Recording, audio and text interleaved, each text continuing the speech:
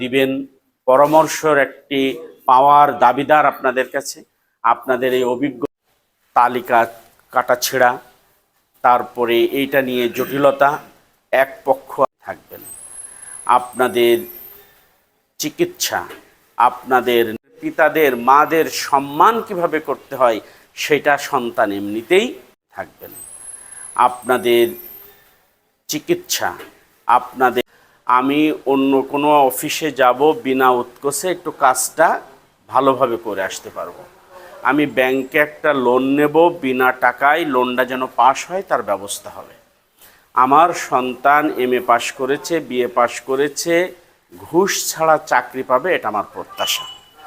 আমার সন্তান এসএসসি পাশ করেছে, একটা কলেজে, ভালো কলেজে ভর্তি হবে, সেখানে লেখাপড়া হবে, এটা হচ্ছে আমার চাওয়া। আমার সন্তান লেখাপড়া শিখে ভালো মানুষ হবে, এটা আমার চাওয়া। এই চাওয়ার বাইরে সরকারের কাছে, রাষ্ট্রের কাছে আমাদের আর কিছু চাওয়ার আছে? আপনারাও মনে করবেন চাওয়ার নেই। হ্যাঁ, আরও কিছু আইনগত ব্যাপার চাওয়ার আছে। কি? আমি থানায় একটা মামলা করেছি আমার ন্যায্য অধিকার আদায়ের জন্য, আমি বিচার পাব। আমি কোর্টে একটা ন্যায্য অধিকারের জন্য মামলা করেছি, সেখানে একটা বিচার পাব। এই বিচার, ন্যায় বিচার এবং যে কথাগুলো বললাম এর বাইরে কোনো কিছু আমাদের চাওয়া নেই। আমার ভাই, শ্রদ্ধাভাজন ভাই বলেছে আমরা মুক্তিযুদ্ধ করেছি ভাতার জন্য নয়। অবশ্যই এই কথার সাথে আমি 100% রাইট। এবং এই ভাতা তো বেশি দিন চালু হয়নি। তাহলে আপনারা যারা মুক্তিযুদ্ধ করেছিলেন, তারা স্বাধিকার যে আন্দোলন করেছিলেন, ন্যায় প্রতিষ্ঠার জন্য আপনারা লড়াই করেছিলেন। এখন সরকারের কাছ থেকে আমরা এই 54 বছরে এই জিনিসগুলো পেয়েছি কিনা, যদি পাই তাহলে আমার আর কোনো বক্তব্য নেই। আর যদি কিছু পেয়েছি, কিছু না পেয়েছি, তাহলে আমার কটা কথা আছে। আমাদের দেশে রাজনৈতিক একটা বিরাট সংস্কৃতি তৈরি হয়েছে।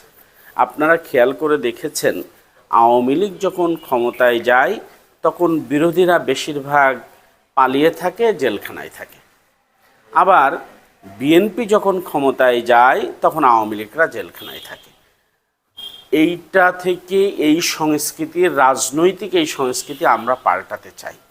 আল্লাহর উপরে ভরসা রেখে বলছি, সত্যি বলছি, এই কষ্ট আমাকে যত দিয়েছে, এই কষ্টের কোনো কাজ, এই কালচার আমরা রাখতে চাই না।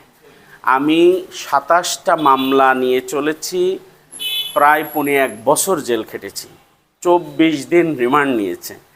তাহলে দিনের পর দিন আমার ছোট বাচ্চারা বাইরে থেকেছে, কতটা ইনসিকিউর সেটা আমার চেয়ে ভালো কেউ জানে না। তাহলে এই যে কালচার রাজনৈতিক হলো, এই কালচারটা আমরা পাল্টাতে চাই।